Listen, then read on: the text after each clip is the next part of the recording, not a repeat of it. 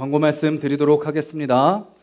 또 벌써 이제 다음 주가 12월입니다. 다음 주가 12월인데요. 그래서 저희 또 12월 한 달 또 새벽 기도회로 저희들 시작하기를 원합니다. 매월 첫째 주일 기준으로 월화수 3일간은 저희가 한 달을 여는 새벽 기도회로 같이 새벽을 깨우기를 원합니다. 그래서 또 한 달 주님께서 무엇을 원하시는지, 하나님께서 어떻게 우리의 삶을 인도하시는지 또 새벽을 깨우며 기도하며 또 같이 나아가는 여러분들 되셨으면 좋겠습니다. 3일간은 5시 25분에 저희가 찬양으로 시작하겠습니다.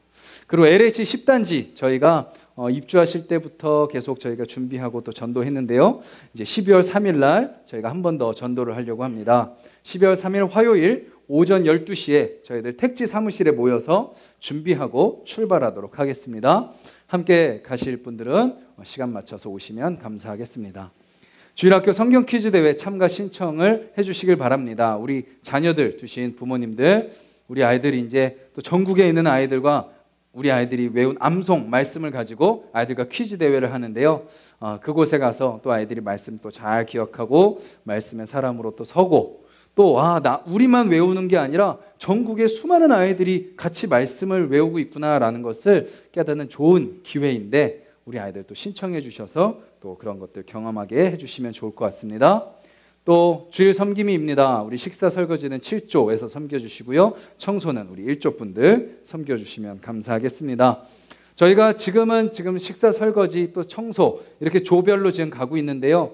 이제 저희가 내년에는 조금 개편이 있을 예정입니다. 그래서 개편이 있을 예정인데 그 전까지는 이제 식사 설거지는 식사 준비하시는 분들이 계시니까 7조 분들이 하시면 되는데 뒷마무리 식당 정리라든지 테이블 이런 부분들은 우리 조가 아니어도 같이 드시고 본인 그 자리는 깨끗이 정리를 해주시면 감사하겠고요. 그리고 또 한 가지 좀 부탁을 드리면 식사하실 때 멀리 이렇게 흩어지지 마십시오.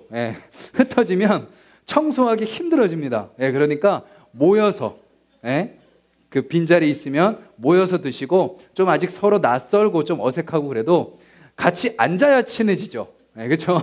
같이 얼굴을 좀 마주보고 말을 섞어야 친해지니까 좀 어색하고 그러셔도 좀 빈자리 있으면 그렇게 가셔서 가족 단위만 이렇게 앉아 계시기보다도 같이 서로 좀 중간 지점에 이렇게 좀 모여 앉아서 식사를 해주시면 감사하겠습니다. 그러면 청소하시는 분들이 훨씬 덜 힘드실 것 같아요. 그렇게 부탁드리고 또 예배당 청소도요. 청소가 복잡하지 않습니다. 예배당은 떨어진 것만 주시면 돼요. 우리가 주일 예배 때는 더럽게 쓰는 일이 없기 때문에 자기 밑에 떨어진 것만 주워주시면 예배당 청소는 끝나고요. 카페, 그 다음 또 통로 이 부분만 청소를 해주시면 됩니다. 그리고 큰 쓰레기들 이렇게 정리를 부탁드리겠습니다. 자, 그러면 저희들 하나님의 말씀 같이 찾아서 읽도록 하겠습니다. 구약성경 출애굽기 29장 말씀입니다. 구약 126페이지 구약성경 126페이지 출애굽기 29장 말씀입니다.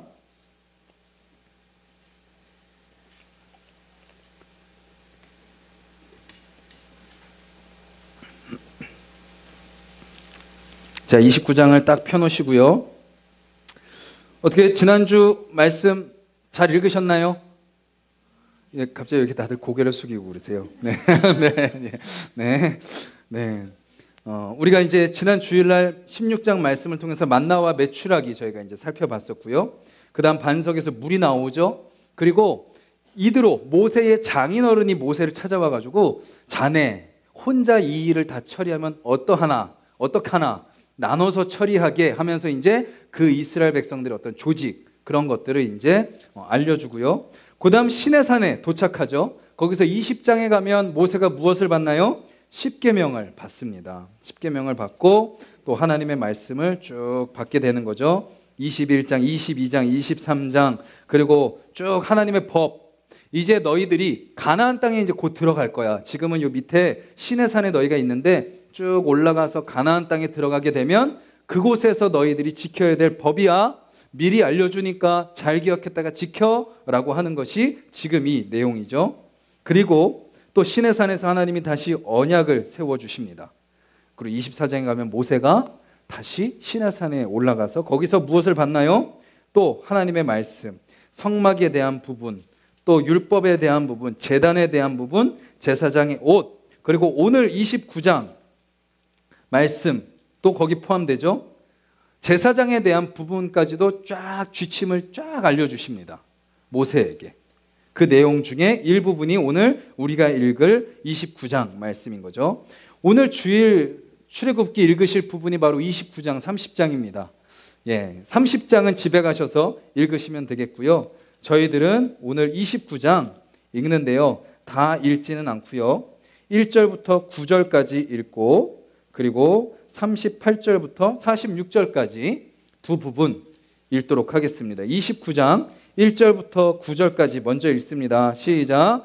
내가 그들에게 나를 섬길 제사장 직분을 위임하여 그들을 거룩하게 할 일은 이러하니 곧 어린 수소 하나와 흠없는 순양 둘을 택하고 무교병과 기름 섞인 무교과자와 기름 바른 무교전병을 모두 고운 밀가루로 만들고 그것들을 한 광주리에 담아 그것을 광주리에 담은 채 그 송아지와 두 양과 함께 가져오라.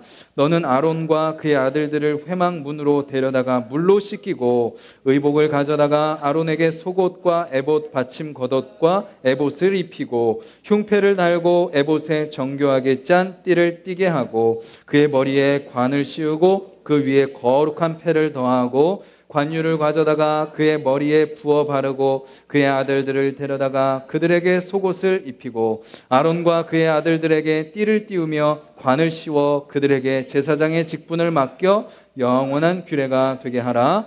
너는 이같이 아론과 그의 아들들에게 위임하여 거룩하게 할지니라. 아멘. 38절로 넘어가서요.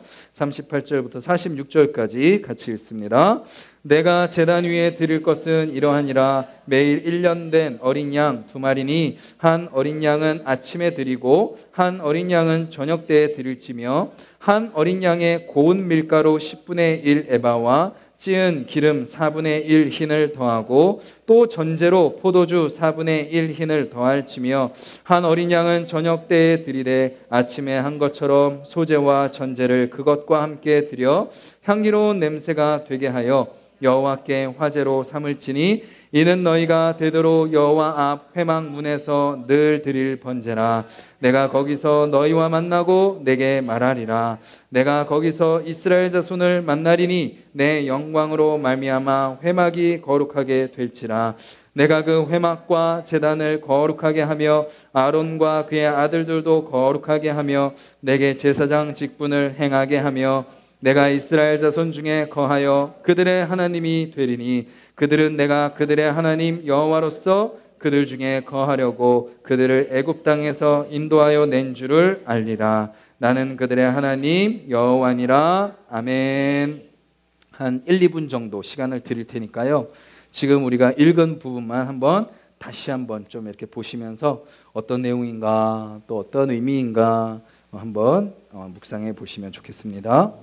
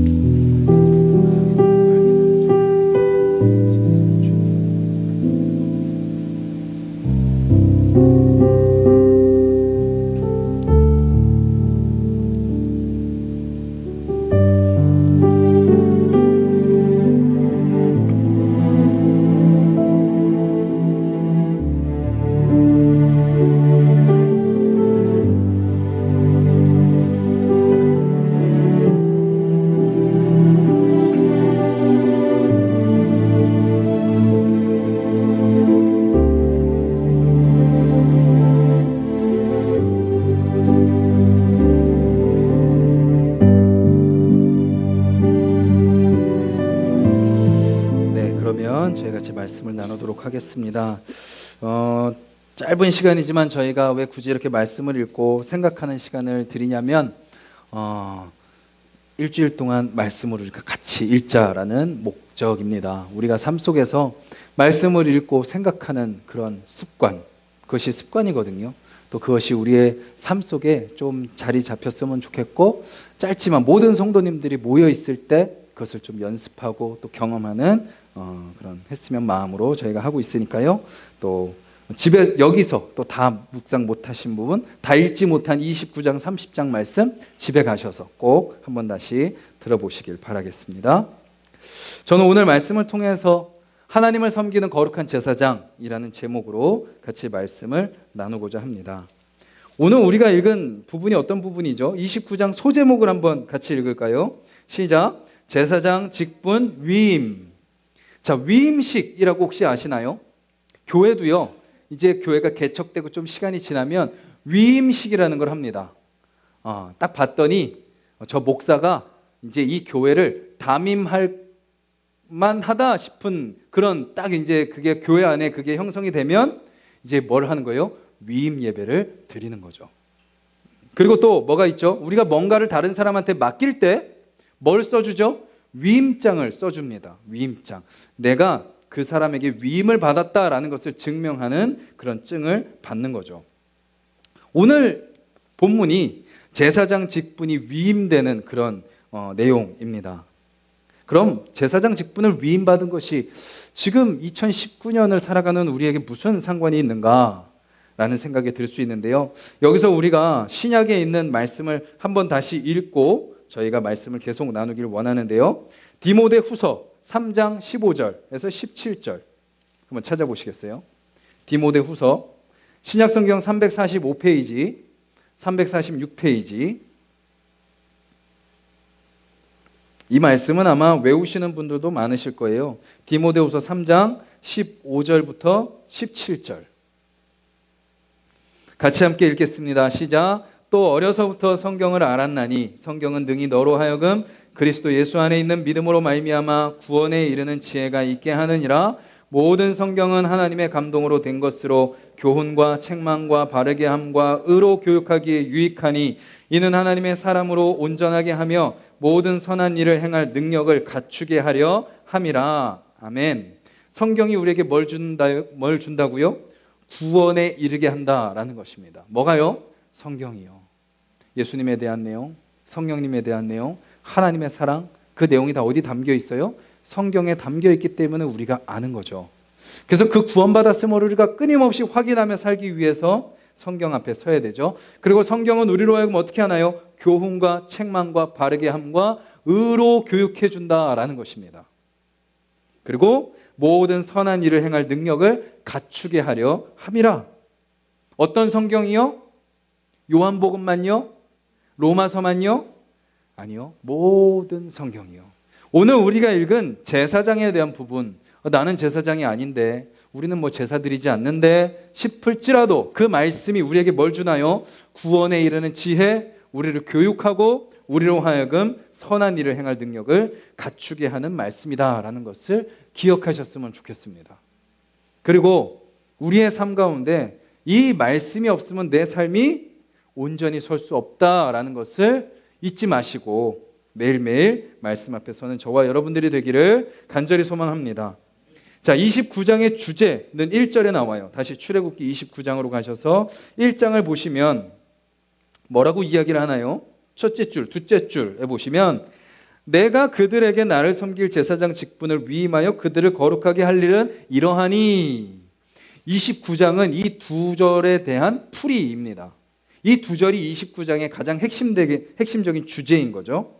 여기서 처음에 내가는 누구죠? 모세입니다. 그들은 누구죠? 아론과 그의 아들들, 제사장으로 세워질 아들들이죠. 그리고 나를은 누구죠? 하나님입니다. 즉 모세에게 명령하는 겁니다. 너가 모세야, 너가 아론과 그의 아들들에게 하나님인 나를 섬길 제사장 직분을 위임하라라고 말씀하고 계시는 겁니다. 자, 아론과 아들들이 세워지기 전에 제사장은 누구였을까요? 모세죠, 모세. 물론 모세가 막 제사장의 옷을 입고 막 제사장의 역할을 감당하지는 않았지만 공식적인 아론과 그 아들들이 제사장으로 세워지기 이전의 제사장은 모세였습니다. 하나님께서 모세를 이스라엘의 리더자로 제사장으로 삼아주시고 이끌고 온 거죠. 이제 그 제사장의 직분을 어떻게 하라고요? 너가 아론과 아들들에게 위임하라. 그리고 그들을 거룩하게 하라라고 말씀하고 계시는 내용이 오늘 우리가 읽은 29장의 내용입니다. 자, 그러면 제사장은 어떤 사람인가요?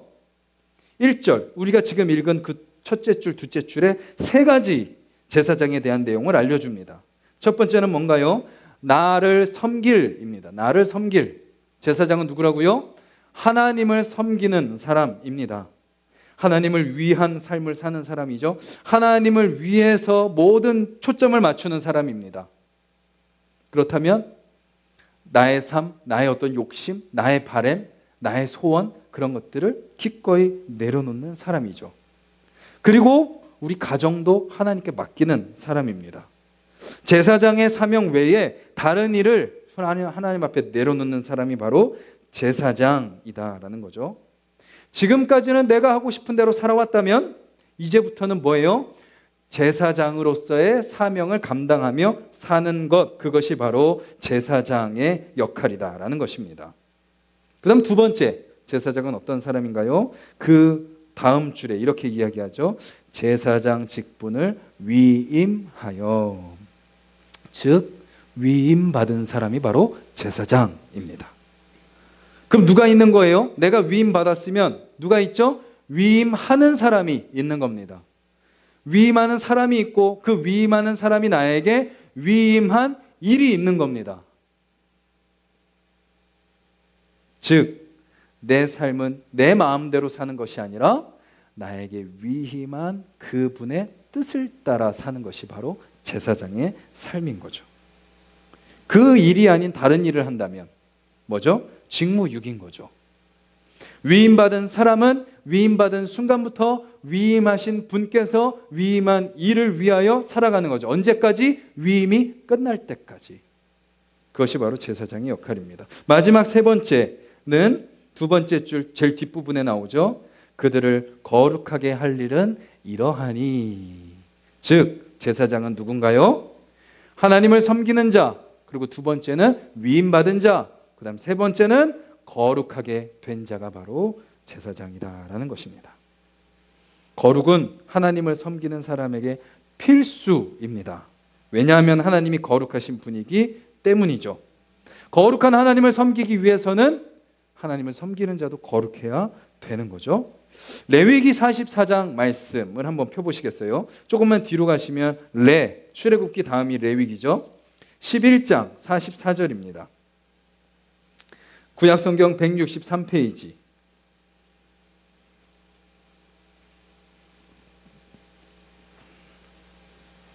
레위기 11장 44절 말씀 함께 읽겠습니다. 시작.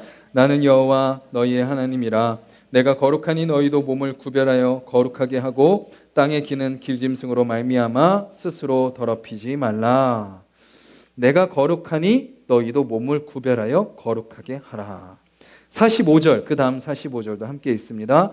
나는 너희의 하나님이 되려고 너희를 애굽 땅에서 인도하여 낸 여호와라.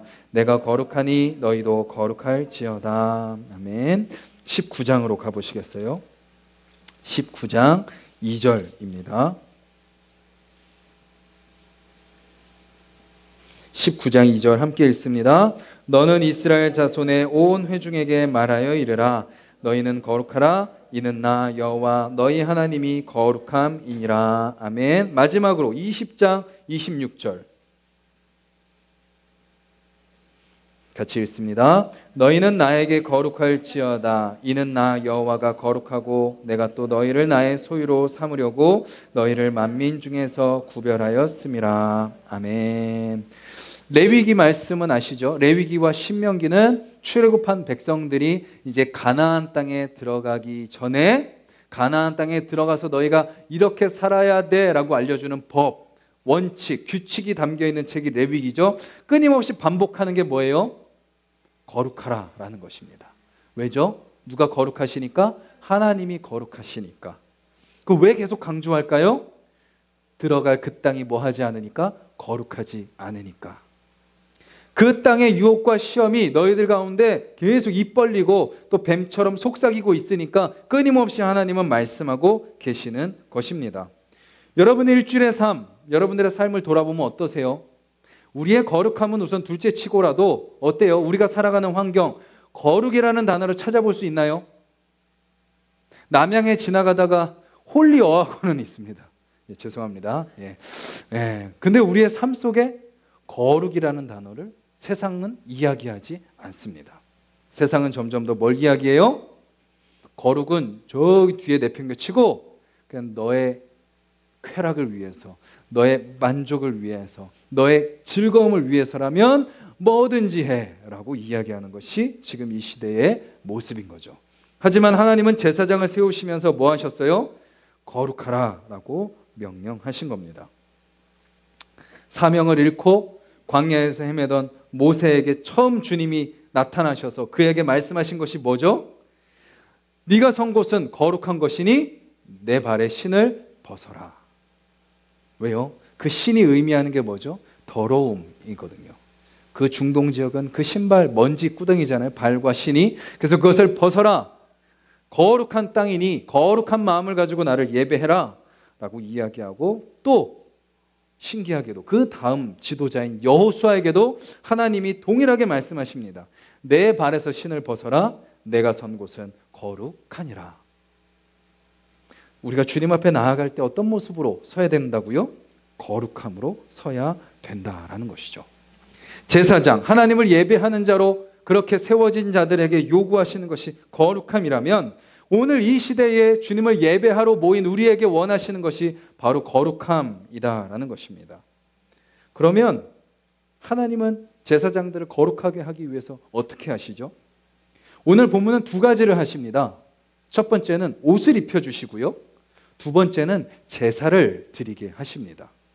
이 내용이 좀 많아서 오늘은 옷에 대한 부분만 저희가 좀 더 집중을 해서 말씀을 나누려고 합니다. 그들을 거룩하게 하시기 위해서 옷을 입혀주시죠.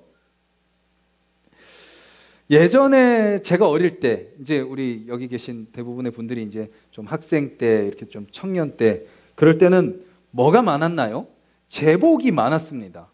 단복, 뭐 교복, 뭐만 하면 뭐 거기에 맞는 옷을 입고 뭐 그랬던 기억이 납니다. 저도 어릴 때 정말 초등학교 한 2학년 때였던 것 같아요. 간절한 소망이 있었어요. 그것은 뭐냐면 우주소년단에 들어가는 거였습니다. 우주소년단 아세요? 모르세요? 네. 보이스카우트, 걸스카우트 아시죠? 비슷한 거예요. 우주소년단이라는 게 있었는데 꿈은 거창해요. 막 우주를 향해 나아가는 아이들이 되자라는 막 이런 꿈을 막 이렇게 주면서 뭐를 입혀줘요? 단복을 입혀줘요. 제가 그때 어린 마음에 그 단복이 너무 입고 싶었습니다. 그래서 우주소년단에 가입 신청서를 썼는데 그 옷이 비싸서 결국은 그냥 탈퇴하게 됐긴 했지만, 어릴 때 그게 너무 좋아 보였어요. 그 당시에는 그런 것들이 많았죠. 근데 점점 이제 교복 뭐 이런 것도 점점 없어집니다. 하지만 남아있는 건 뭐죠? 경찰은 경찰 옷을 입고 있으면 경찰입니다. 군인 옷을 입고 있으면 군인이죠. 판사 가운을 입고 있으면 판사인 겁니다. 또 목사님들 중에 다른 교단의 목사님들은 가운을 입고 또 말씀을 전하시기도 합니다. 즉 옷을 통해서 자신의 역할과 자신의 위치를 나타내는 거죠. 그런데 옷도 다 똑같은 옷이 아니죠. 더 오래되고 더 중요하고 더 높은 위치에 있는 사람이 옷은 더 어때요?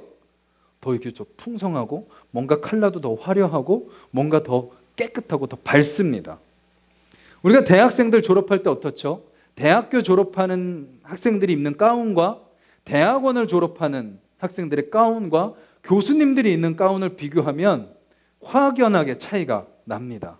훨씬 더 교수님들의 가운은 어때요? 어깨에 뽕이 막 이렇게 들어가 있어요. 가운에 막 이렇게 들어가 있고 막 주름도 막 많고요. 막 색깔도 초록색 막 이렇게 있습니다. 머리에 술도 막 엄청 많죠. 그런 것들을 통해서 그 역할의 존귀함을 드러내는 거죠. 우리가 오늘 읽은 29장 말씀도요, 바로 그것을 이야기합니다. 아마 어제 28장을 읽은 분들은 오늘 아론과 그 아들들이 입을 그 옷에 대한 더 자세한 정보를 아마 읽으셨을 거예요. 오늘 본문에서 그 내용을 쭉 이야기하는 거죠. 무엇을 입죠? 먼저 온몸을 씻습니다. 몸을 씻고 또 마음을 정결하게 하고 먼저 속옷을 입죠. 속옷은 제사장들은 특별히 가는 배실로 만든 속옷이었습니다. 그리고 겉옷을 입습니다. 여기 이제 에봇 받침 겉옷이라고 해놨는데 그 겉옷 위에 뭐를 입는 거예요? 조끼 같은 에봇을 입습니다. 그리고 그 에봇은 가슴에 가로 25cm, 세로 25cm 해가지고 흉패가 달려 있어요. 근데 그 흉패는 12개의 보석이 박혀 있는데 그 12개의 보석은 12지파를 상징하는 내용입니다. 그리고 띠를 띄었습니다. 띠는 길었고 허리를 둘렀고 그 띠에는 수가 놓여져 있습니다. 그리고 머리에 관을 썼고 그것을 청색 재료로 만들어졌고 그 머리의 관에는 여호와께 성결이라고 적힌 금패가 부착되어 있었습니다. 그 인터넷에 대제사장의 옷이라고 검색하면 금방 사진이 뜹니다. 한번 저도 준비를 했는데 한번 보시겠어요? 네. 이게 대제사장이 입은 옷을 이제 그림으로 그린 거죠. 속옷이 있고 이게 이제 겉옷이고 이게 이제 에봇이고 여기 이제 12개의 12지파를 상징하는 그게 달려 있고 머리에 또 관을 쓰고 또 이렇게 있습니다. 자, 이 당시가 어떤 시대죠? 농경 시대입니다. 잘 아시죠? 그리고 뭐 하던 사람들이 많아요? 목축업을 하던 사람들이 대부분입니다. 사막 지역이기 때문에. 근데 제사장이 이러고 딱 등장하면 사람들이 딱 뭐라고 알아봐요? 제사장이 왔구나라는 것을 알아보게 되는 거죠. 그의 복장은 대제사장의 사역을 의미했습니다. 어떤 사역이에요? 하나님과 이스라엘 백성 사이를 연결해주는 그 역할인 거죠. 그렇다면 이 구약시대 대제사장과 그의 복장은 우리에게 무슨 의미가 있을까요? 우리가 히브리서 4장 14절에서 16절을 한번 펴보겠습니다. 히브리서 4장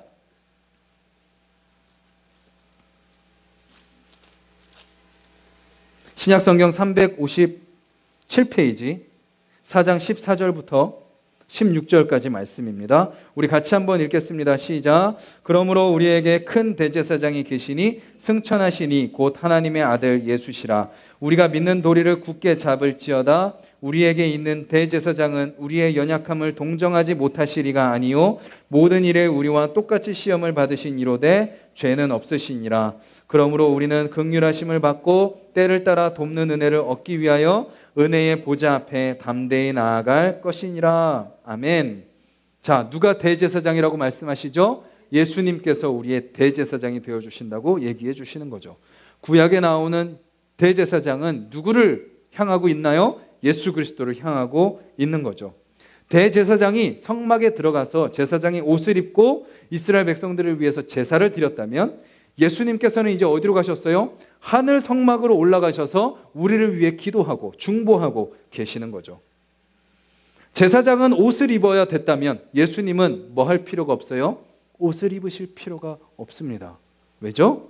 그분 자체가 가장 빛나고 가장 아름답고 가장 존귀하고 가장 순결한 분이시기 때문이죠. 누가복음 9장 28절에서 29절 잘 아시는 말씀일 텐데요. 여기 앞에 화면에 준비가 되어 있네요. 같이 한번 읽겠습니다. 시작. 이 말씀을 하신 후 8일쯤 되어 예수께서 베드로와 요한과 야고보를 데리고 기도하시러 산에 올라가사 기도하실 때 용모가 변화되고 그 옷이 휘어져 광채가 나더라. 예수님의 모습이 바로 원래 이 모습인 거죠. 이 땅에 오셔서 우리가 이 모습을 볼 수 없으니까 인간을 위해서 인간의 몸을 입으셨을 뿐이지 예수님의 모습은 원래 이런 모습인 것입니다. 옷이 필요 없는 모습인 거죠. 그럼 구약의 제사장을 세우시고 옷을 입히시고 제사장의 역할을 감당하게 하신 이유는 뭐죠? 그들로 하여금 백성들을 거룩하게 하는 것입니다. 제사장은 백성들을 거룩하게 하는 거예요. 그리고 거룩하게 된 이스라엘은 뭐 해야 돼요? 온 세상을 거룩하게 해야 되는 것입니다. 창세기 12장 1절에서 3절처럼 이스라엘에게 복을 주시고 그 복을 네가 누리고 그 복을 네가 전해라 라고 말씀하시는 것과 같은 거죠. 예수님께서 오심으로 이스라엘 백성들에게 한정되어 있던 그 제사장의 사역이 확장되었습니다. 누구에게까지요? 이방인에게까지 확장됩니다. 이스라엘 사람들이 아닌 이방인에게 확장되죠. 그리고 그 확장된 복음이 오늘 저와 여러분들에게도 마찬가지로 이어져 와 있는 거죠. 예수 그리스도를 진정한 대제사장이신 예수 그리스도를 믿는 자들은 마찬가지로 그들에게도 제사장 사역이 부여된다라는 것이죠. 저와 여러분들도 뭐라고요? 제사장인 것입니다. 베드로전서 2장 9절 말씀 잘 아시죠? 그러나 너희는 택하신 족속이요 왕같은 제사장들이요 거룩한 나라요 그의 소유가 된 백성이니 라고 이야기합니다. 우리가 바로 제사장으로 선택받았다라는 것입니다. 그럼 우리가 제사장으로 선택된 이유는 뭐라고요? 이는 너희를 어두운 데서 불러내어 그의 기이한 빛에 들어가게 하신 이의 아름다운 덕을 뭐하게 하려 하심이라? 선포하게 하려 하심이라. 12월 3일 날 전도하니까 모여서 같이 전도합시다 해야 우리가 전도하는 것이 아니라 저와 여러분들의 모든 삶이 어떠한 삶이어야 된다는 거죠? 제사장의 삶을 사는 겁니다. 우리의 입술의 고백은 뭐가 고백되는 거죠? 나를 죄에서 구원하신 예수 그리스도의 은혜를 고백하는 입술이 되는 거죠. 우리의 삶은 바로 그 주님을 닮아가는 삶을 살아가는 것입니다. 그래서 구약 시대에는요, 제사장들이 아까 봤던 그 옷을 입었다면 신약을 살아가는 우리는 무엇을 입나요? 갈라디아서 3장 27절 말씀 화면에 있습니다. 우리 같이 한번 읽겠습니다. 시작. 누구든지 그리스도와 합하기 위하여 세례를 받은 자는 그리스도로 옷 입었느니라. 아멘. 누가 우리의 옷이 되어주세요? 예수님께서 우리 옷이 되어주시는 겁니다. 주님이 우리와 함께 계시는 거죠. 대제사장이 거룩하게 되기 위하여 그 옷을 입어서 그 사역을 감당했다면 우리는 누구로 옷 입은 거예요? 예수 그리스도로 옷 입어 거룩하게 되어 세상 가운데 대제사장의 사명을 감당하며 사는 겁니다. 저와 여러분들의 일주일의 삶이 그 대제사장의 사명을 감당하는 삶이 되기를 간절히 소망합니다. 자, 그러면요 29장 마지막 부분에 보면 우리가 아까 뒤에 읽은 부분을 보면 제사를 드리면 어떻게 되냐라는 것을 마지막으로 이야기합니다. 42절 뒷부분에 이렇게 이야기합니다. 내가 거기서 너희와 만나고 내게 말하리라. 그리고 또 43절 내가 거기서 이스라엘 자손을 만나리니 내 영광으로 말미암아 회막이 거룩하게 될지라. 45절에 내가 이스라엘 자손 중에 거하여 그들의 하나님이 되리니 그들은 내가 그들의 하나님 여호와로서 그들 중에 거하려고 그들을 애굽 땅에서 인도하여 낸 줄을 알리라. 나는 그들의 하나님 여호와니라. 아멘. 자, 아까 제사장의 사명 세 가지가 뭐였다고요? 하나님을 섬기는 거. 그리고 또 뭐죠? 위임받은 자. 세 번째는 거룩하게 된 사람이었습니다. 그렇게 제사장이 되어서 하나님을 섬기고 위임받은 그 사명을 감당하며 살아가는 그에게 하나님이 뭐 해주신다고요? 만나주시고 말씀해주시고 함께 해주시고 인도해 주시겠다라고 말씀하고 계시는 거죠. 나는 하나님을 위해서 제사를 드렸는데 나는 하나님을 위해서 섬겼는데 하나님은 뭐 하시는 거예요? 나를 섬겨 주시는 겁니다. 나에게 말씀해 주시고 나를 만나 주시고 나를 인도해 주시는 거죠. 결국 우리가 예배를 드리면 드릴수록 제사장의 사명을 감당하면 감당할수록 내가 손해보고 겉으로 보기에는 내가 희생하고 내가 뭔가 안 좋은 것처럼 보이지만 결국 그 삶이 어떤 삶인가요? 가장 복된 삶이다라고 우리에게 이야기하고 있는 것입니다. 여러분들이 일주일 동안 여러분들의 가정에 가셔서 이 제사장의 사명을 감당하시길 바랍니다. 힘들지만 내가 그것을 감당할 때 그 자리에 누가 계시는 거예요? 주님이 계시는 겁니다. 주님이 우리 가정을 붙드시는 거예요. 내가 제사장의 사명을 감당하지 않으니까 우리 가정이 흔들리는 겁니다. 부부관계가 흔들리고 부모와 자녀가 엇나가고 직장에서 사업장에서 가게에서 끊임없이 치열하게 살 수밖에 없는 거죠. 그런데 내가 그곳에서 주님 나는 그럴 자격이 안 되지만 주님이 은혜로 나를 세워주셨사오니 감당케 하여 주시옵소서. 말씀 읽고 기도하고 주님 앞에 맡기며 나아갈 때 그 삶 주님께서 책임져 주시는 거죠.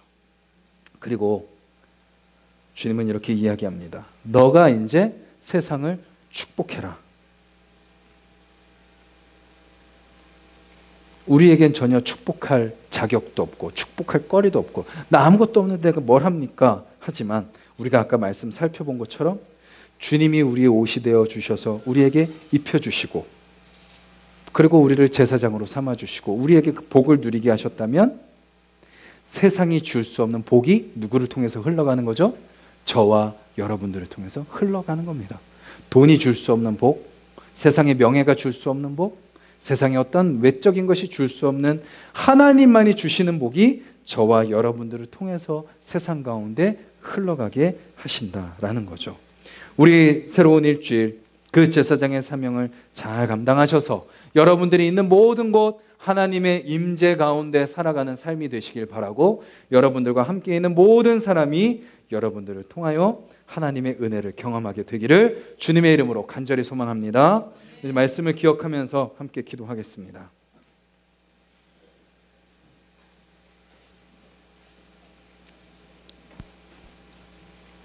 아론과 그의 아들들 또 모세 또 그 이전으로 넘어가서 믿음의 조상들 그들의 삶을 잘 보면 아무런 자격도 없고 아무런 조건도 없는 자들임을 우리가 보게 됩니다. 주님 이 시간 주님께서 나를 제사장으로 세워주셨다고 하는데 나는 그럴 만한 가치가 하나도 보이지 않습니다.